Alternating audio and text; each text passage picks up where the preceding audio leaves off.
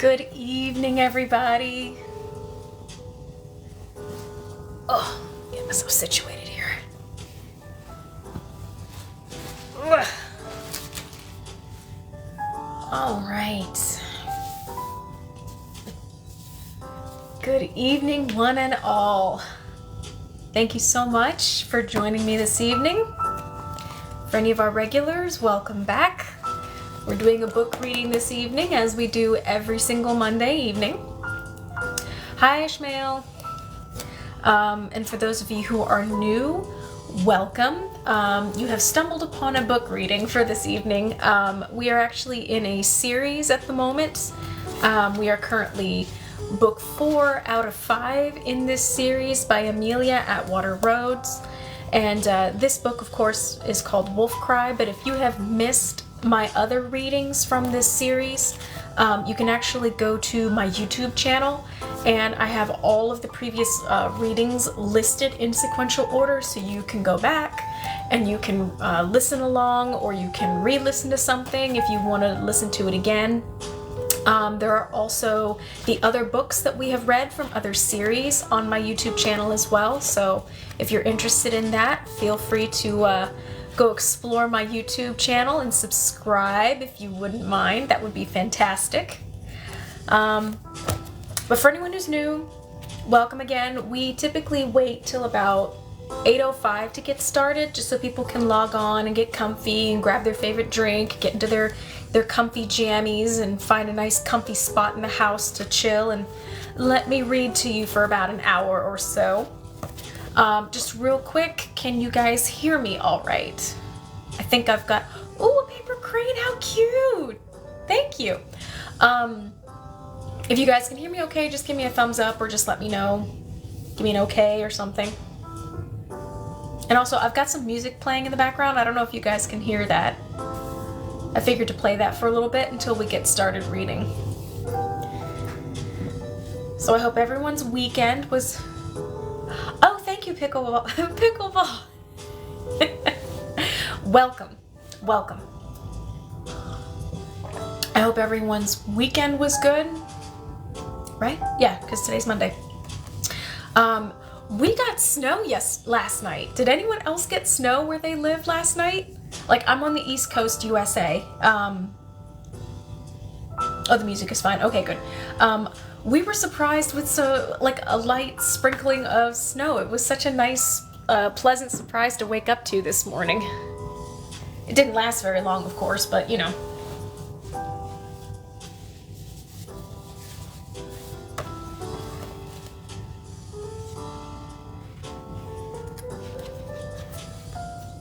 Hello, hello. Hi, Kathy. Hi, Isabella. I hope you guys are having a good evening so far, or afternoon, or shouldn't be morning wherever we are on the planet right now. So, but for anyone who's following along, we are on chapter 5 this evening of Wolfcry by Amelia Atwater Rhodes.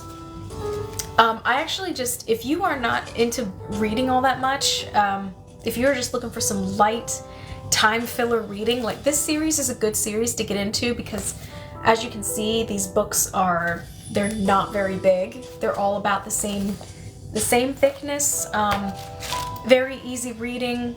There is technically a foreign language in some of these books, so other than that, it's just kind of just nice, light, easy reading. So if you're into, I guess this is technically, it's not sci-fi, it's just regular fantasy. If you're into just the fantasy genre, think along the lines of like vampires and werewolves, but with a lot more substance. So, all right, what time is it? 8:03. Okay, we'll give it another 2 minutes or so. If you guys wouldn't mind, like, if you're enjoying these readings, please feel free to share these lives with your friends on YouTube and you know, encourage them to come join us.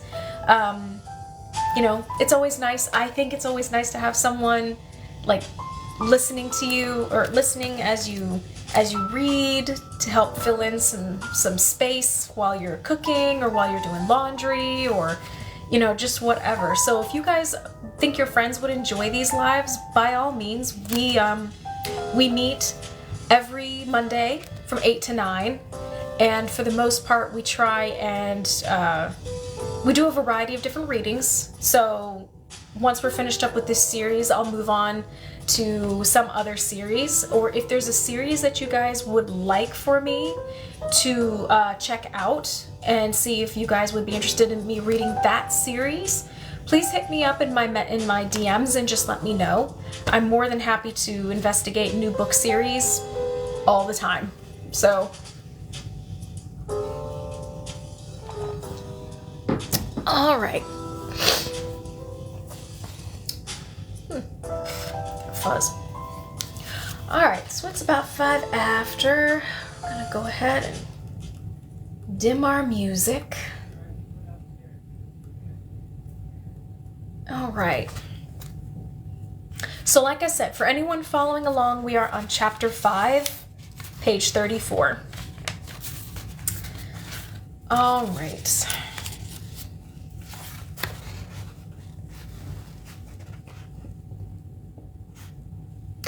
How is he? I asked the doctor as she stopped me in the doorway of Urban's room.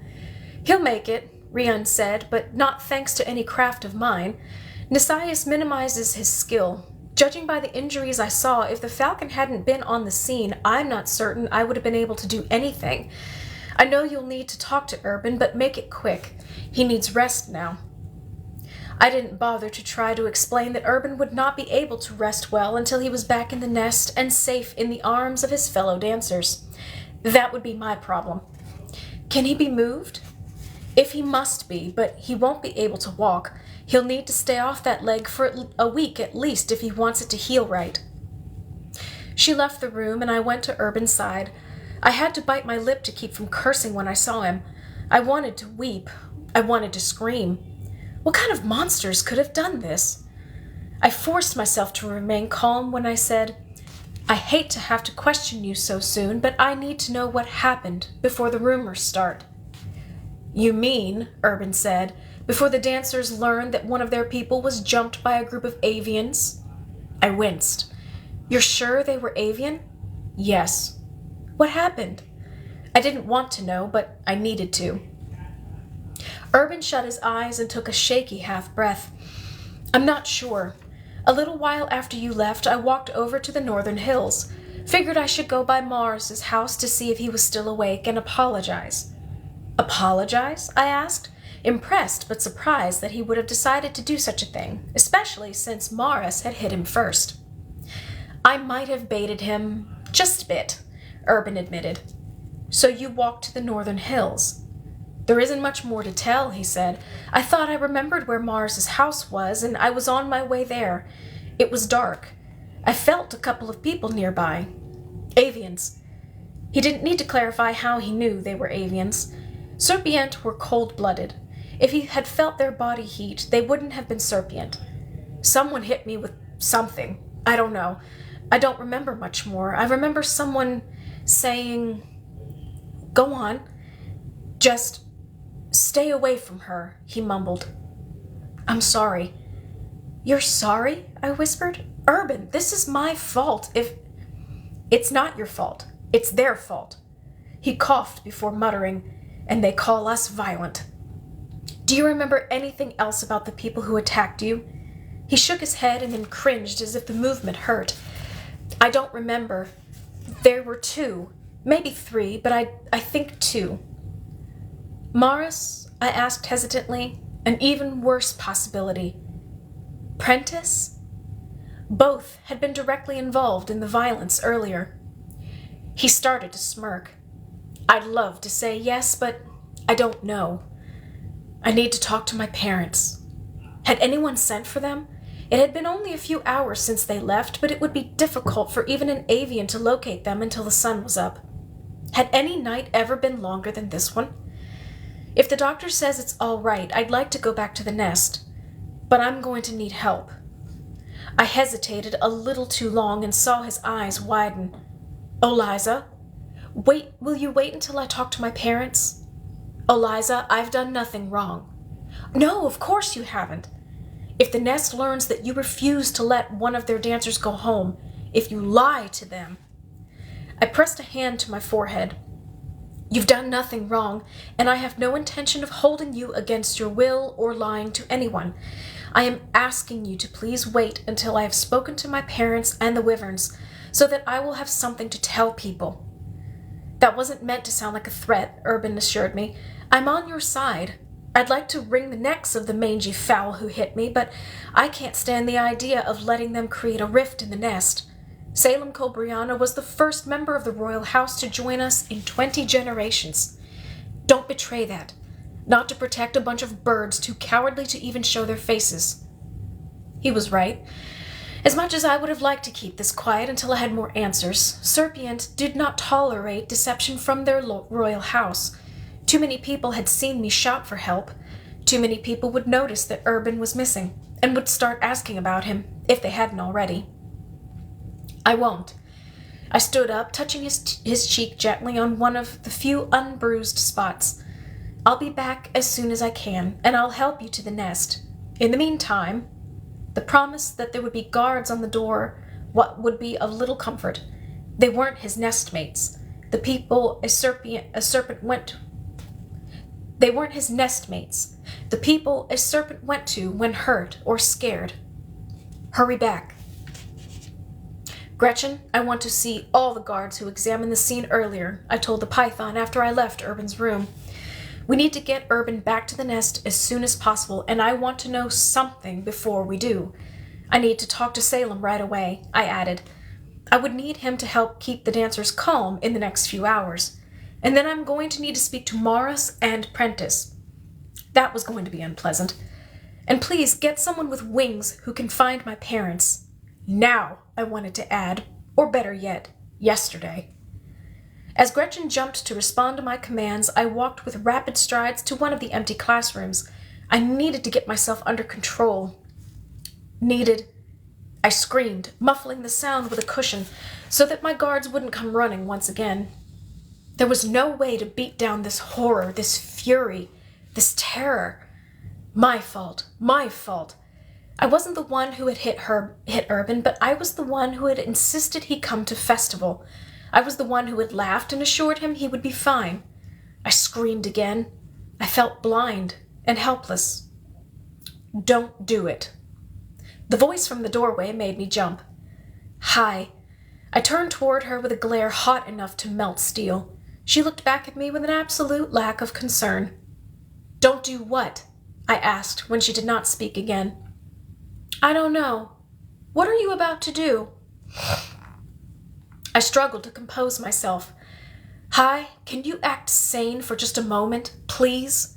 I don't have it in me right now to play riddles." "How nice for you." "Hi," she made an abrupt motion, cutting me off. "A sakri isn't neat like a letter. I was never trained. I can't control it. At least I remember mine. Most without training cannot." "Sakri?" I knew of them from my studies in the dancer's nest. The various forms of sakri performed by Serpient were the remnants of ritual dances that had once been used to conjure powerful magic long ago. Some sakri had called the rain. Some had been used to create illusions. Some had been prayers for divine assistance, and some had summoned spirits of the past and future. There were dozens of varieties, some of which I had performed and many that I would not even begin to study for years yet. Unlike the Serpient, the falcons had never lost their magic. My cousin, despite her cobra features, claimed to wield a falcon's ancient power. "Magic, vision, sacré haché," she tried to explain. "You are about to do something that changes everything." The sacré haché was one of the more intricate sakri, which I vaguely knew but had never performed. If one believed the stories, this particular form had been used to ask the future for guidance. "How can you be warning me not to do what I'm about to do when I don't even know what I'm about to do?" I snapped. "Your not knowing what the weather will be tomorrow does not change it." Presumably, my knowing what I'm about to do would affect that. Why was I arguing about this? I didn't believe in prophecy, and even if I had, I wasn't certain I would have trusted a prophecy told to me by my very crazy cousin. Of course. This is why I came to speak to you, she waved a hand dismissively. The mind barely comprehends its own yesterday, but Sakri force on it other times, other places, other people. Visions it tries to shake away because to hold them all would only court madness. A single soul is not meant to know every is and was and may be and could have been. What I see is never as clear as why and when and where and how. Just pieces of a memory that aren't meant to be mine. All I know is that within the next few minutes, what you do, what you did, or will do, in the future I saw. She closed her eyes and let out a heavy sigh. I do not know. Regardless of whether I believed her, I thought I understood the warning. Consider carefully before acting. I needed to calm down so that I could think rationally. Thank you for trying, I said. I will be careful. She shook her head. I hope so. I closed my eyes and drew in a deep breath, meditating the way dancers did before a performance. Those mental exercises included envisioning the steps the body would soon take. Now I forced myself to think of a plan for Wyvern's court. Urban was right that we could not put the dancers off for long, but it would be equally dangerous to speak to them without some kind of assurance. Damn Kalisa for calling my parents away. How would I deal on my own with the only suspects we had so far? Speaking to Morris would be hard enough. After all, he was a longtime friend. Worse, though, would be confronting Prentice. I doubted he would react well to the accusation. Avians considered themselves above the vulgar passions that led to violence. They would not want to believe that an Alistair to the royal house could be responsible for such a vicious attack. If Prentice wasn't found guilty, but word got to the Serpient that he'd been questioned, they might jump to the conclusion that he'd been protected because of his position. There was no good way for this to end. Vemka! I snarled a curse that I had learned in the nest. Calm down, Eliza, calm down and think of a plan. I opened my eyes. Hai was still there, watching me with an utterly inscrutable expression. Hai, thank you for your concern, but would you please leave and let me think? If I thought you were capable of such, I would, she said. But I live in this place too, and I would rather it still be here tomorrow. I needed something to calm my rioting, exhausting thoughts. Prompted by Hai's warning, I chose the Sacré Haché. You're thinking too much about what you are doing, my teachers always told me. You aren't comfortable with it yet. Right then, I needed something that would take all my concentration, something that would force my fears from my mind long enough for me to relax and step back. Hello, Eileen. How are you? Thank you for joining us this evening. I took another deep breath, calling to mind what the music would sound like, hearing the rhythm in my head before I began to focus all my attention on the subtle, tricky ripples of the dance. I was vaguely aware of Hai nearby. She sighed, and I remembered that she had once been a dancer herself. She took a step toward me. If I had Hai's power, I could use this dance as my ancestors had, to beg the spirits of the future for guidance. I felt at peace, as if all the world was held at bay for a moment. But then it was as if I had been struck by lightning, and I found myself with my palms pressed against the ground, tears in my eyes, my whole body shaking, unsure of exactly where or when or who I was. Hai recoiled from me. Whatever you have just done, I'll thank you not to do it again, she choked out before stumbling from the room. Whatever I had done. Thoughts lingered in my mind like a dream. I needed to... This is madness. I woke in the rookery courtyard to the sound of Nisias calling my name. An instant later he was beside me, whispering something in the old language that had to be a prayer. Where am I? Are you hurt? No. How long have I been... Eliza! What? Gretchen was with us now, and Nisias sounded slightly frantic. He had put a hand on my shoulder and I pushed it away. "I'm fine," I said. I think. My head was spinning. How had I gotten there? I remember talking to Hai, and then a vague sense of knowing that I had to do something. Go somewhere. "You're pale," Nisaya said. "Does anything hurt?" I shook my head and pushed myself up. Then I was standing. We were at the stairs to the rookery. I was holding Nisaias' arm for support. "Eliza?" Gretchen asked when we paused abruptly. I felt as if I had been dreaming and was waking up in stages. At least I remembered now when it had begun. Remind me never to let Hai help me again. "What about Hai?" Nisaias asked. What about Hai? She had come to the library. "Sakri Ashe," I said. She was talking about something I was going to do. She wasn't making any sense. "Sakri Ashe are rarely worked even on Anmik," Nisaias explained. "Of all the versions of Sakri, the Ashe is among the most difficult. It allows the user to see possible futures, ranging from those that are likely to occur to those that could occur only if a very unlikely series of events took place. Falcons have been known to go mad struggling to fight fate to bring about events that they would never have known could occur if they hadn't seen them. And Hai," he sighed, "she has no way to control it. She has told me that she gets lost in time constantly. The past and the present and the future overlap in her mind, so sometimes she sees the consequences of her actions before she has even decided what to do, and sometimes she sees her own free will as nothing more than a result of the choices of those who came before. You didn't try to perform one in her presence, did you?" The concept made me shudder.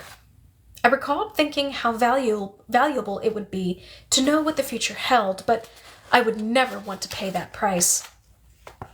The deeper explanation of Hai's madness, though chilling, did not explain the loss of time I had experienced, and my lingering disorientation. As I recalled the strange, painful incident, Nisaias went a shade paler.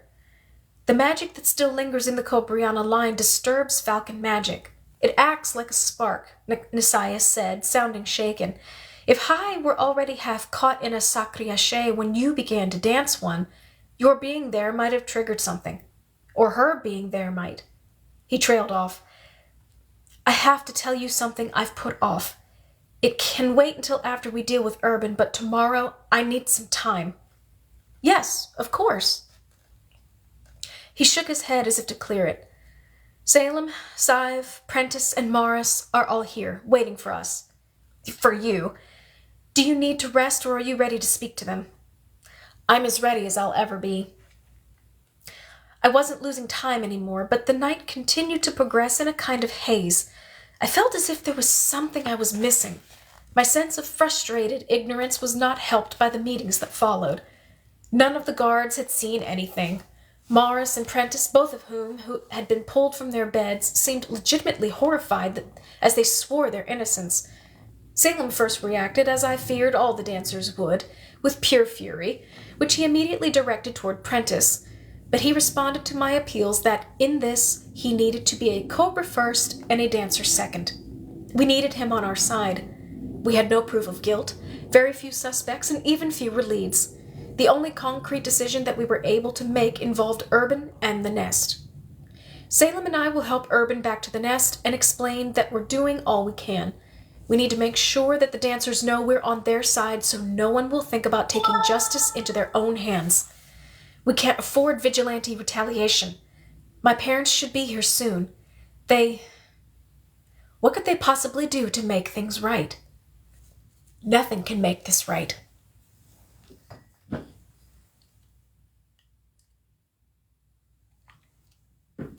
Don't fall. Chapter 6. Urban, Salem, and I were welcomed into Wyvern's Nest with anxious eyes and horrified questions. Rumors about what had happened had already reached the southern hills, and the only way we could calm people at all was to beg them to be quiet for Urban's sake, so that he could rest. Salem helped Urban to a comfortable spot near the center fire as I faced the questions I had anticipated. Who did it? Were they avians? Was it Prentice? Of course it was Prentice. Everyone knows he hates dancers. Was it Morris? Everyone saw him hit Urban earlier. Will the attacker be turned over to the Serpient for nest justice? Everyone had a theory and a proposed solution. Urban freed me from the interrogation.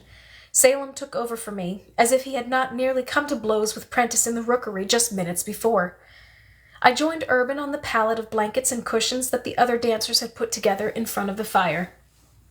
Mindful of his injuries, I nevertheless lay as close to him as I could without pressing against him, knowing that he would want that comfort even more after having been denied it among the avians.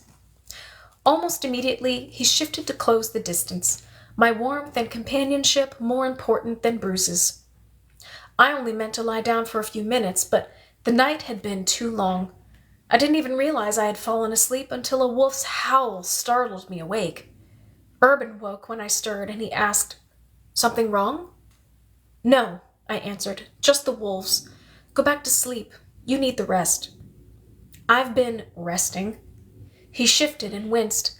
I don't think that doctor remembered that she was talking to a dancer when she told me to stay off my feet for a week. I feel like I'm going to crawl out of my skin if I don't move, and it's only been a few hours. Carefully, I put an arm around him. Worse than the doctor's orders to stay off the injured leg, no doubt, was her warning that it might not heal right if he didn't. He sighed and closed his eyes again to sleep. As I did the same, he ran an idle hand through my hair, tickling the feathers at the nape of my neck. It reminded me of when we had been children, curled together in the nest at the end of a day of mischief. He had always been fascinated by my feathers. "Eliza?" Never mind," he sighed. I opened my eyes and saw in his gaze something unchildlike. Abruptly, the mood changed. Though I knew that Urban considered himself one of my foremost suitors, I had always seen him as a friend, nestmate, safe companion when the rest of the world was cruel. That safer world fractured into sharp, fragile pieces as he turned my head so that he could steal a very adult kiss. I pulled away instinctively. "Stop." I had no doubt that he would. No fear. He smiled sadly, knowing the answer before he asked. "Don't suppose you're just saying that because I'm injured and you're worried about hurting me?" I shook my head. "Can't blame me for asking." In the space left between us, the night air suddenly felt colder. A few minutes crept by in near silence, broken only by the chattering of pre-dawn birds, as we both pretended to return to sleep. I don't think it surprised him when I stood up, saying, "I'm going to go see if my parents are back yet." Not far away, Salem was watching us. Rousing Rosalind, who had been curled against his chest, he hurried to meet me before I reached the doorway. "I need to see if there's any news," I said. "I shouldn't have stayed as long as I did." Salem sighed. "Good luck. Urban's not just any dancer. He grew up in Wyvern's Nest. He's like everyone's little brother." "Which means he's going to have a lot of big brothers looking for payback," I said. "I know." "Eliza?" "Yes?" "He is a good man. Don't let a bunch of thugs scare you off." If it was that easy. "I have to go. Take care of him." "We will." As I paused at the doorway to glance back, Salem and Rosalind repositioned themselves so that they bracketed Urban. He wouldn't be alone. Once outside the nest, I walked silently toward town. My parents would have come to the nest if they were back, but I could still go to the rookery to see if anyone had learned anything. Maybe there had been a witness. Maybe so many things that seemed unlikely. I just needed to get out of there. I touched a hand to my lips. My parents had married for politics, and then fallen in love. If I had to do the same, would I be as lucky as they were? I wondered how many generations of ruler had made the same decision. As if to match my bleak thoughts, the clouds opened up and the first spatter of rain landed just as I crossed the market center.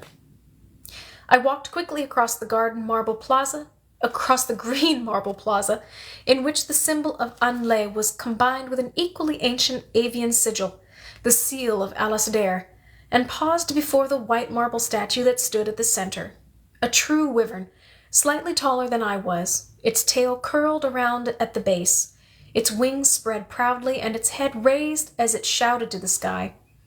It had been built the year that I was born, when the idea that avians and serpient could live together was new, and so many had been filled with hope. I couldn't remember what it felt like to be that proud and sure. Maybe one could manage it only when caught in the coldness of stone. I stared at the wyvern, envying her, as I let my body shift into my half-form. The wings that tumbled down my back were the same color as the feathers at my nape, varying from gold to rusty red to nearly black. The snake skin that covered my body from my ankles to my neck was black with a red sheen. My eyes shifted to a deep amber, the whites disappearing and the pupils becoming slit. My fangs were filled with a cobra's poison. My full wyvern form was similar to the statue, but this was my half form, my monster, a form no one I knew could see without flinching. I leaned against the cold marble wyvern, putting my arms around her lithe body. In half form, my senses were almost as keen as those of a pure cobra and those of a hawk combined. That was why I heard the sound of bare feet slipping slightly across the rain-slicked marble plaza floor, and why I felt the body heat of several creatures suddenly surround me. I turned to flee or fight, but I had no chance to even recognize my attackers before their hands slammed me back into the statue.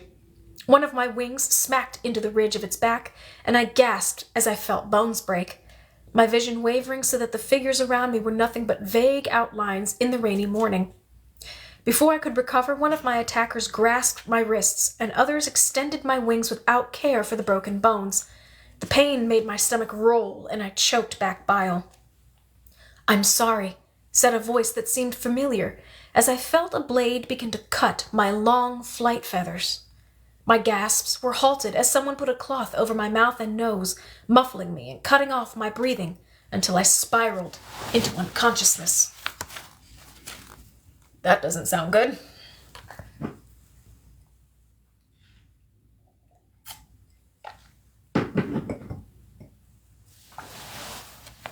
Chapter 7. Time passed in an odd, warped way, so that I could not tell how long I was in my strange, rocking prison, less than half awake. Sometimes I would open my eyes and there would be light. Sometimes it would be pitch dark. Most of the time, my vision was too blurry to tell any more than that. The first time I woke with any true awareness, I found myself lying on my stomach in human form, though I did not remember returning to it. I tried to shift, and the combination of pain and dizziness forced me to stop and cry out as I clutched at the wooden planks beneath me. Some time later, I came to again. My world wasn't swaying as badly, but my head was pounding and my mouth felt cottony. People were talking in nearby loud voices, which seemed to warp and waver, swirling in the air. Someone asked, "Can't we let the princess out now?" "This whole area is infested with wolves," someone else responded. The voice. I knew that voice. "No need to let them see her." There was a pause. Then someone else said, "She's moving around again. Bring her something to eat and drink." The speaker was Tavison, the leader of the lion mercenaries. But why had they done this? Had the wolves hired them? Kalisa wouldn't have. Who were her rivals? I did not know what might benefit them. The wall of my tiny little room was peeled back, letting in a bit of light from their fire.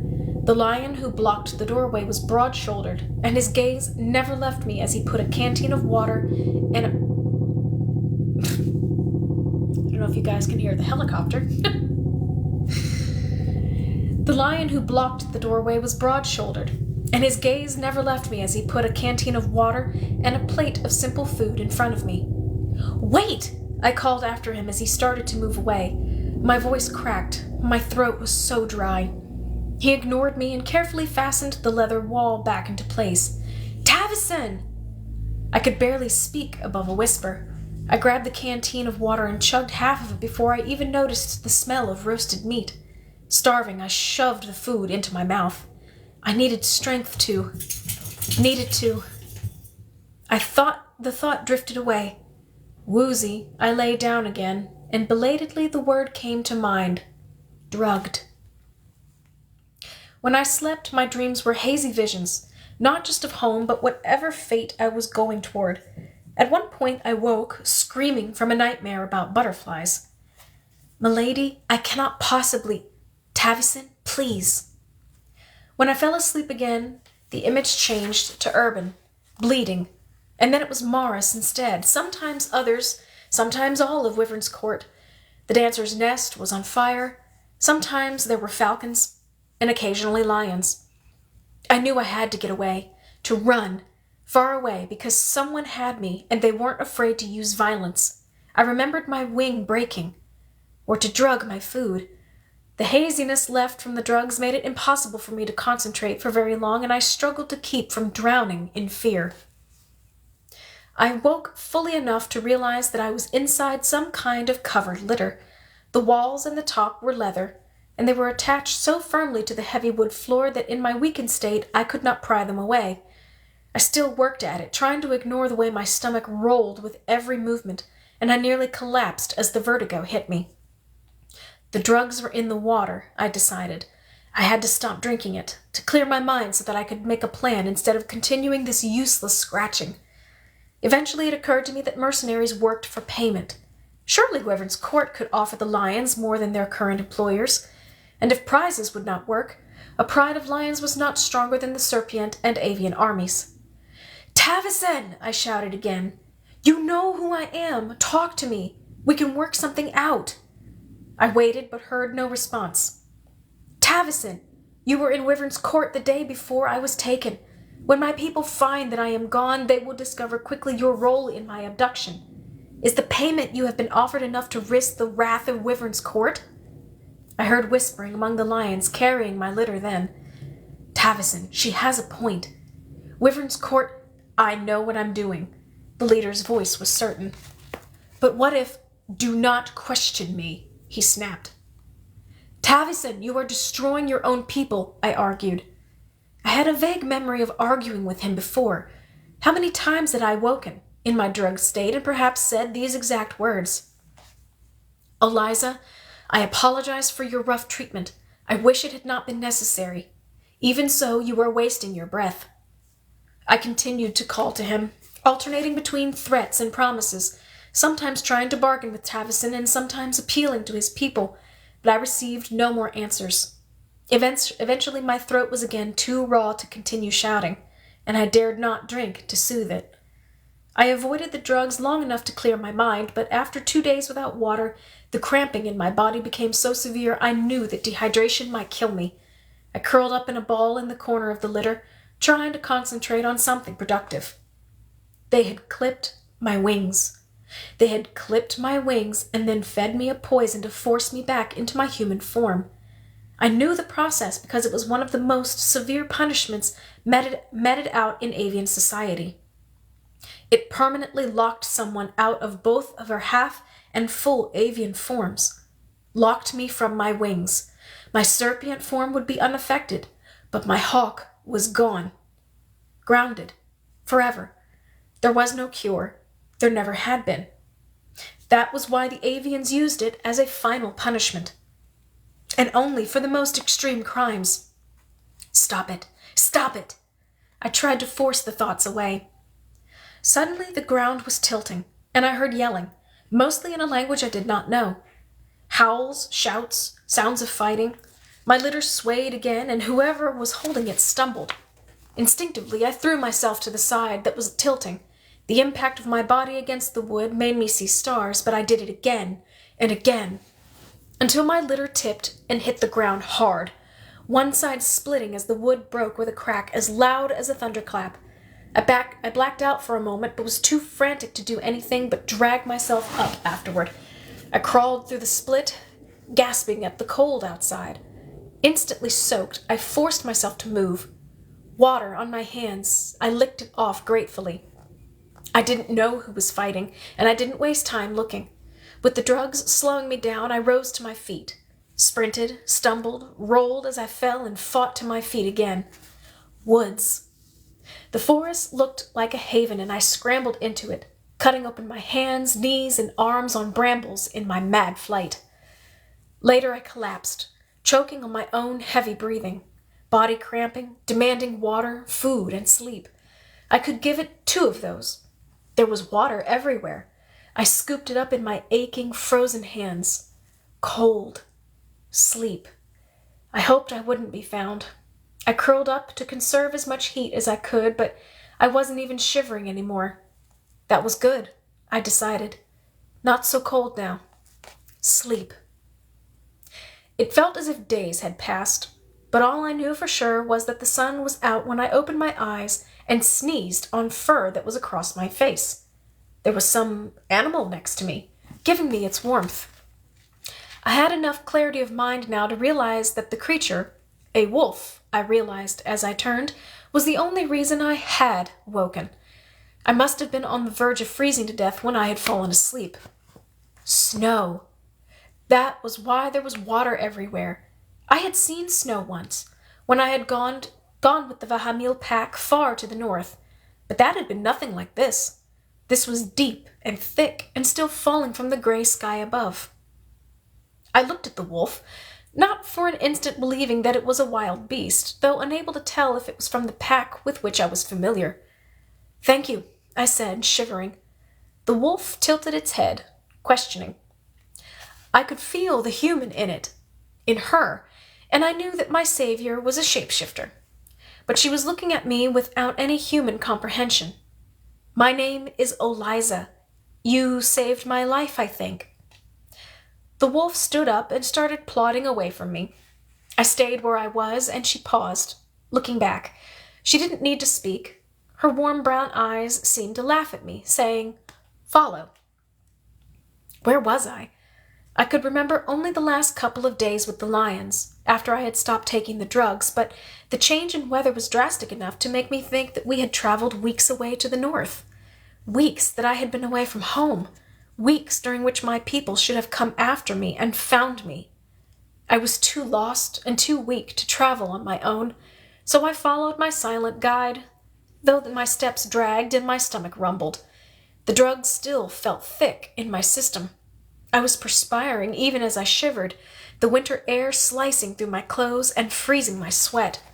The world kept turning to fog around me, but whenever I drifted, the wolf was there, bumping into my legs and guiding me in the right direction. When I stopped, unable to move any farther, the wolf nudged me into a hollow where the snow was not so thick and the wind could not reach. She brought down a rabbit and we shared it, the raw meat disgusting to the civilized part of my mind, but a welcome meal to the sensible, starving one. My guide did not let me sleep. I suggested that she was worried I would not wake. After our meal, I dragged myself back to my feet, and we kept walking. I spoke to the wolf as I walked. My stories were disjointed and often trailed off as I forgot what I had been saying, but my mute guide didn't complain. She made no indication that she understood, but the words helped keep me focused. I walked away. That was the last thing I did, I said, thinking of Urban. He was hurt because of me, but I couldn't stay. Why had no one come for me? They had to know that the lions had taken me. My wyverns, Gretchen and Nisias. Did I tell you about Nisias? I thought I had. I talked about magic or something earlier. My best friend, I whispered. The only man in Wyvern's Court not related to me who I can be alone with without causing a scandal. Shouldn't be a scandal. I had never been tempted to do anything scandal-worthy. Eliza Charde Cobriana, her mind always on her throne. It might have been nice to be a carefree child for a while, chasing butterflies in the summertime. I envied Salem and Rosalind, what I wouldn't have given to look at someone with, "They love each other so much." Had I said the beginning of that thought aloud? I was getting confused. I was repeating myself at times, but other times I knew I was saying only fragments of sentences. "I need sleep," I said. "I'm so tired." I stumbled, going to my knees in the snow. My legs were numb. At least they didn't hurt. The wolf nuzzled my shoulder with a whine. I put a hand on her shoulder and pushed myself back to my feet. It would be nice to be in the nest now, I mused. A fire to keep warm, people around. Sometimes it drives me crazy. Serpient don't believe in privacy, and it gets so that even your thoughts don't feel like your own. But it would be nice to be warm. Nice if Morris and Prentice didn't look horrified when... I realized I had stopped walking again, only when the wolf bumped against the backs of my knees. She whined, trotted ahead a few paces, and tossed her head in a way that made me look at the horizon. The fires burning in the distance were the sweetest signs I had ever seen. Desperation gave way to hope, and I started moving faster, stumbling forward because I couldn't run with legs that had gone numb hours before. Someone saw me and called out, and in that moment my energy fled me. I had held on to it only because the wolf had demanded I keep walking. Poison, malnutrition, dehydration, exhaustion, cold, and injuries caught up to me just in time for me to collapse into the arms of a young man I had never seen before. Oof, poor Eliza. Good Lord, this sounds like quite the ordeal.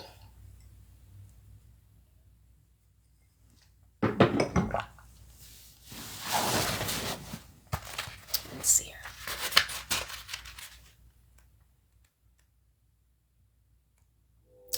We probably have about 2 more chapters in us for the evening, kids. Chapter 8. I woke, warm and dry, if still a little woolly-headed.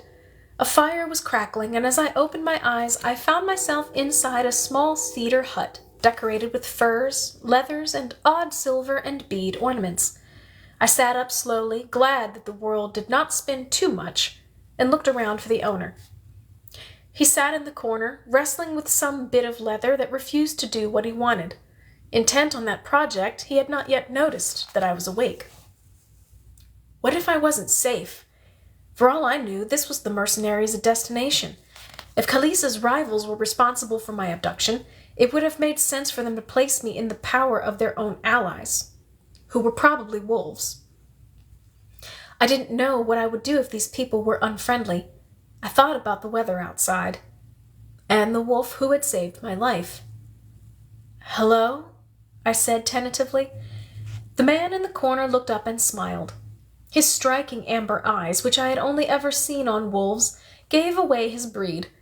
Remembering how the wolf outside had not talked to me during our journey, I wondered if these people spoke a language I knew. He paused a moment before answering, "Hello. Are you feeling better?" He had a heavy accent, but I could understand him easily enough. I tottered to my feet a little unsteadily, but once I was up, the ground stayed solid. "Much better. Do I have you to thank?" He gave a little shrug. "You have fate to thank for taking you to the edge of our camp. You were half frozen and poisoned. It is not all gone. Our doctor is not sure what it was. Eat well, stay warm, rest for a few days." He shrugged again. "You will be better." "What about the wolf?" I asked. He looked amused, so I clarified. "Another wolf. I was farther away. One of your people saved my life. She brought me here." "Ah," he answered. There was a long pause, and I did not think he would say more, but then he sighed. "That was Betia, perhaps. She is... feral?" he said hesitantly, as if unsure that he had translated right. I nodded, unnerved. When a shapeshifter went feral, it meant that she had spent too much time in animal form. Eventually, the human characteristics eroded along with the memory of her original form. Usually, a feral shapeshifter was volatile, without an animal sense of balance or a human sense of morals, prone to attack those who had been closest to her. "Has no one tried to bring her back?" I asked. "She did not seem too far gone to me." He shook his head. "Betia was my sister. I have tried all I could think of, but she lets no wolf speak to her, or touch her. She had a falling out with the alpha's son Velio," he confided, "and she ran away. I do not know what the fight was about, only that her animal mind associates our kind with pain now. So she will not let us near." Again, He shook his head, admitting, "It should be my job to hunt her down like an animal for the safety of the pack. But I can't, and so far our alpha has not forced me to." The door opened, letting in a gust of cold air, and an older woman who was speaking swiftly in a language I did not recognize. The woman was plump in a comfortable sort of way, and carried a bundle that smelled wonderfully like food. The man I had been talking to winced and nodded as she seemed to berate him. Finally, he turned to me. "My mother says that she is glad to see you awake, that I should not have let you get up, that she has brought breakfast, that I should have offered you something to eat, and that she is sure my manners are terrible, and I have not introduced myself or told you where you are." He smiled and then continued obediently. "I am Prattle. I am head huntsman. This is my mother, Gina. She is doctor, advisor, and anything else she believes is her role. Right now, you are in the huntsman's hut of the Frektain tribe. I believe it means blue eyes in your language." I knew the name. Wyvern's Court had never traded directly with the Frektain, but the Vahamil occasionally brought their wares to our market. I wondered where the pack's name came from. I had never seen a wolf with blue eyes. Another round of commentary from Gina, and Prattle sighed. "Now I am talking too much. May I ask your name?" I had to conclude that these people were friendly. They had given me help, and I certainly needed it. So I answered honestly, "Eliza Chardet Cobriana, Arami, and heir to the Tuuli Thea." Apparently, Prattle's mother had understood at least some of that, because her eyes widened and she stared at me. Then she shrugged and continued talking. Prattle laughed. "My mother says we are flattered to have you in our camp. Even if you did—" He paused, working on the wording. "Did get dragged in from the blizzard looking like a winter rat. What brings you to our camp in such a condition?" "Honestly, I'm very lost," I answered. Prattle frowned. "You weren't with that group of lions we intercepted? Were you the ones who attacked them?" He bristled. "Of course. They did not ask permission to hunt on our land. They were loud enough to scare away all of the game for miles, and their reputation is as foul as their mange-spotted coats. If you were with them—" I held up a hand, shaking my head. "No, not like that. I was brought here by them, against my will. I escaped when something attacked them. Your pack, I assume." His vehement response comforted me. If this pack had been involved in hiring the mercenaries, Prattle, at least, had not known the plan. He nodded, content now. "I believe that. I did not know who you were when we first found you, but I did not think any bird would be with them," he said, gesturing toward the feathers on the nape of my neck that must have made him assume I was avian even before I woke. "How far am I from Wyvern's Court?" I asked, dreading the answer. How many days had I been traveling, semi-conscious, while people from home had been searching for me? Prattle conferred briefly with his mother before turning back to me and shaking his head. "The Frektain visit Wyvern's Court rarely, though some of our people winter with the Vahamil. It is probably not a long flight," he considered. "Maybe 3 weeks traveling by land." 3 weeks? I gasped. I had feared that I had been drugged for that long, but I had hoped otherwise. The lions had asked to trade in our market after they had delivered Kalisa's message. Had they been hired by someone while they had been in Wyvern's Court? I still did not know who had attacked Urban. What if the same culprit was responsible? And how could I take 3 weeks to get home?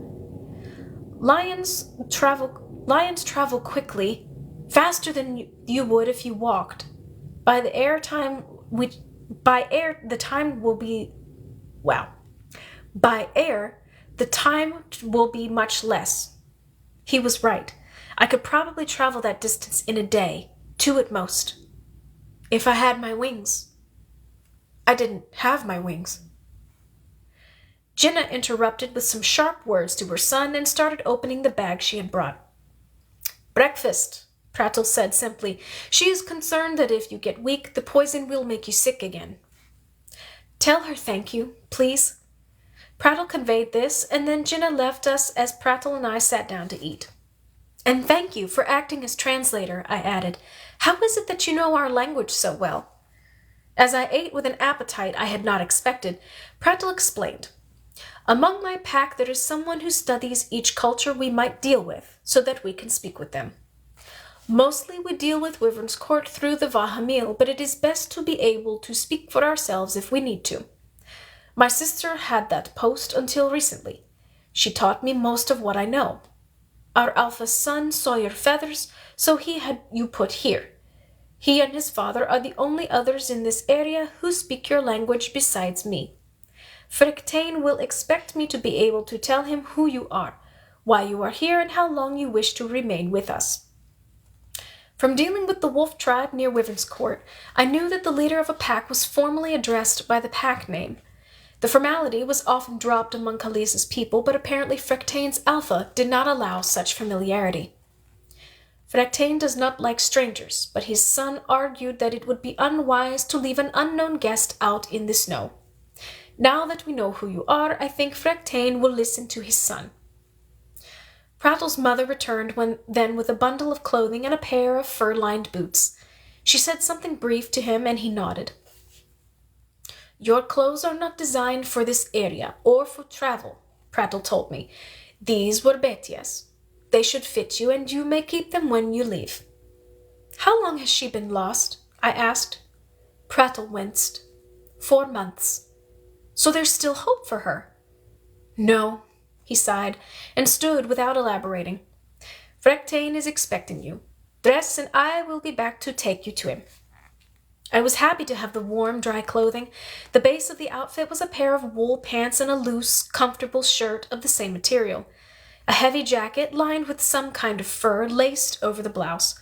I pulled the boots up over the pants just to beneath my knees. They, too, were fur-lined, amazingly warm and comfortable. Once I was ready, Prattle escorted me to the largest hut at the center of the camp to meet with the leader of the Frictane. I could only hope that Prattle was right and I would be allowed to stay. I did not know what I would do otherwise.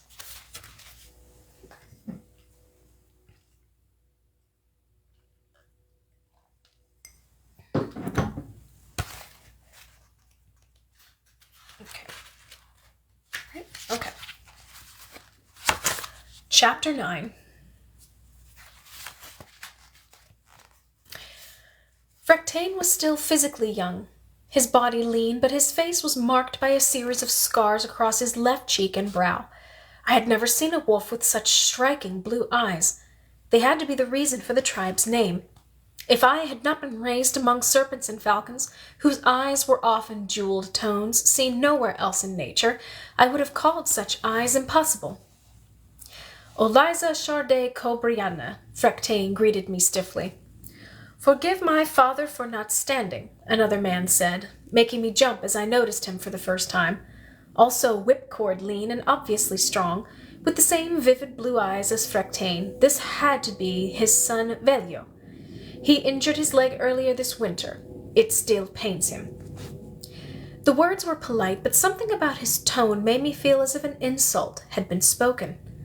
Frictane responded by instantly rising to his feet. My son makes much of a minor ailment, he responded, glaring at the younger wolf before he turned to me. Sensing an argument I did not know the heart of, I did my best not to get into the middle of it. If I have come at an awkward moment, I apologize. My father and I were simply discussing matters of little importance, Velio answered. His father said something to him in their native tongue, and he smiled. Kind, father, of you to offer. But since I was the one who insisted we let Oliza stay, I will assume full responsibility for her. How long are you here? Frictane asked me, ignoring Velio. I was brought into this area against my will, I explained. I fear traveling too soon may make me sick again. If it is not a hardship, I ask your permission to remain for a few days, until I am stronger. Frictane made a disgusted sound, but before he could speak, Velio assured me, a few days will prove no hardship for us. Again, Frictane grumbled to his son in their language. This time, Velio replied, You are Alpha, leader of this land and its people. Say the word, and I will see to it that everyone too weak to provide for the pack is removed. He had hit a nerve, for suddenly Frectane crossed the room, favoring his right leg just slightly. Watch yourself, Velio. You're weak, father, Velio snarled. This winter has been good to the pack because I have led the hunts down the river. Hunts your injury kept you from. Before you talk of denying Eliza a few days to rest, consider how many of our resources you devour. You've been slower every run this season. The cold is in your bones. You're old, wolf. I jumped back as Frectane threw Velio into the wall. Not old enough that a pup like you can challenge me. Velio snarled at his father as he pushed himself back to his feet. Then he glanced at me. I'll escort Eliza while she is here. See that you do. I apologize for that little scene, he said, as if I had witnessed some minor spat, instead of a part of an ongoing power struggle between father and son. You may think our ways harsh, but in this kind of world it is necessary to rule firmly. Laxity is what causes a pack to starve in the winter. My father's strength has been failing since he was injured last fall. I won't let him bring our entire pack down by refusing to admit it.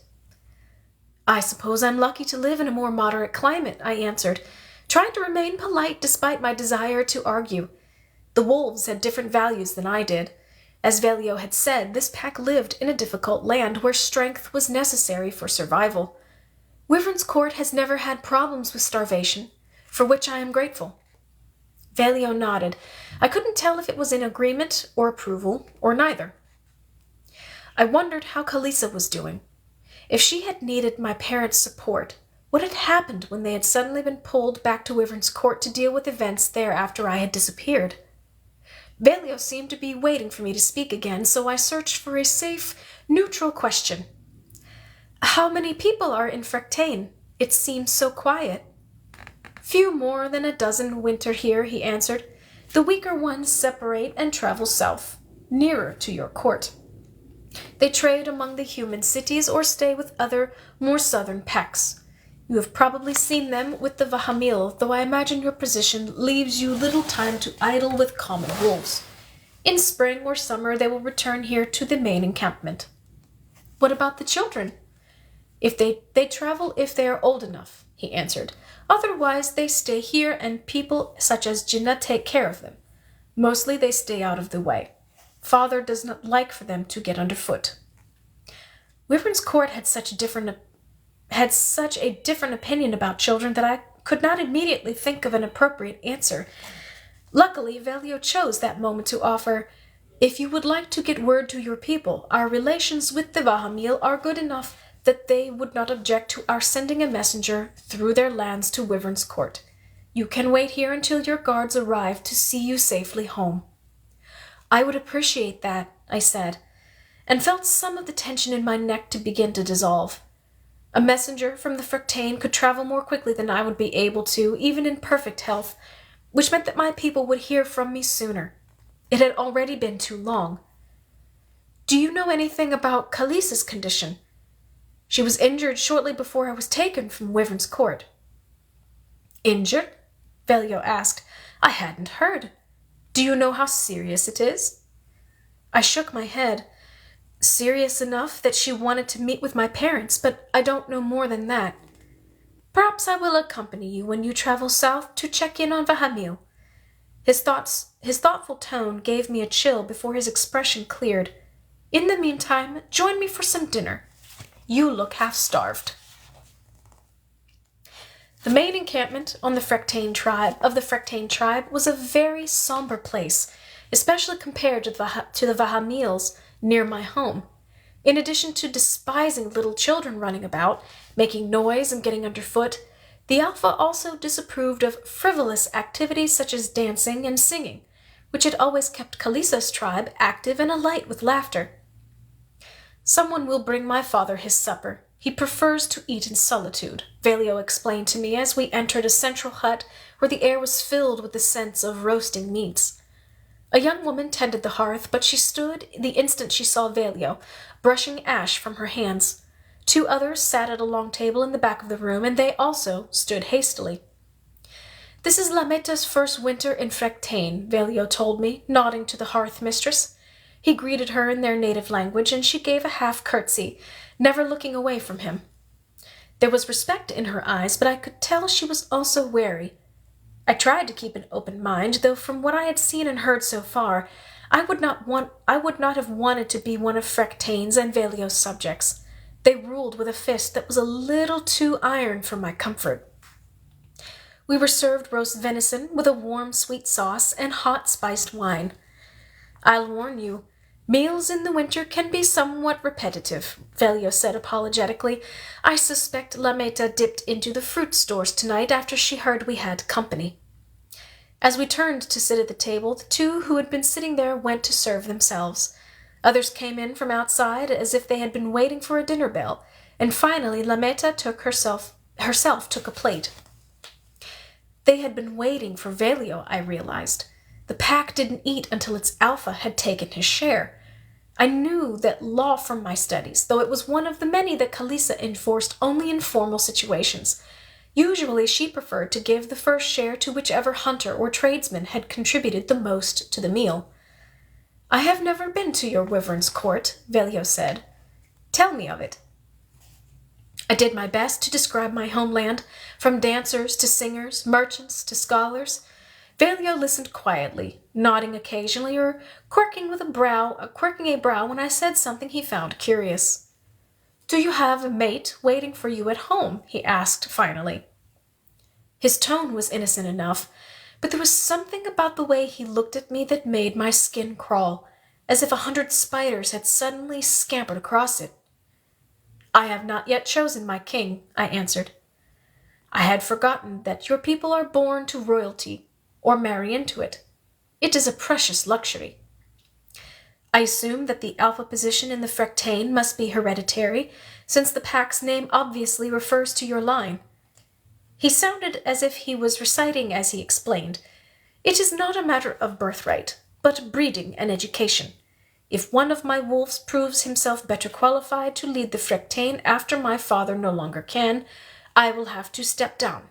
But like my father and his before him, throughout my childhood I was given the lessons I would need to take over as alpha once it is time. For 9 generations we have led this pack, each Frectaine alpha choosing a strong mate who will add worthy qualities to the bloodline. My mother could bring down a wild boar in her human form while armed with no more than a dagger. She could track antelope through pouring rain and shoot an owl from the sky in the dead of a moonless night. My father has done a great many unwise things in his life, but choosing his mate was not one of them. I only hope I can choose a mate who will prove as fine a queen as my mother was." She truly earned the right to run by my father's side. It is good that she did not live to see him in this current state. He hesitated, then added, "Though at least she would have had the courage to put him down." I had no desire to address the possible euthanasia of a man who, by my standards, was perfectly healthy. No wonder Kalisa had called her allies to her side when she had been injured, if this is how the neighboring packs, not to mention her own, would view her weakness. I steered the conversation back to a topic I understood all too well. I was the heir of not just 1 but 2 monarchies, and I understood the care that had to be taken in choosing a mate. "Have you made your decision?" I asked. "No." He stood up abruptly without bothering with the dishes. Someone would clean up after him, I was sure. There are women in the Frectaine who are good hunters, women who are good leaders, women who are intelligent, and women who are brave. It is rare that one finds all those traits in a single place. I thought I had once, but I was incorrect. Betia? I wondered. Prattle had said that she had had a falling out with Velio, but the look in Velio's eyes warned me not to inquire further. All right. And with that, we will draw our evening to a close. Thank you guys so very much for hanging out with me this evening and letting me read to you. So next week, same time, same place, 8 to 9 o'clock on Monday. So that'll put us at the 18th? December 18th. So next week is going to be our last read, because then the Monday after that, the 25th, is obviously Christmas. I will be out of town, so we'll be reading next week, but not the Monday of Christmas. But we'll resume that next Monday, which I guess is the 1st, 2nd, something like that, into the new year. So next week we'll be reading, and then we'll take a break, and then we'll go back to reading after the 1st of the year. So until next Monday, I hope you guys stay hydrated, stay safe, take care of yourselves, and I will see you later. Bye.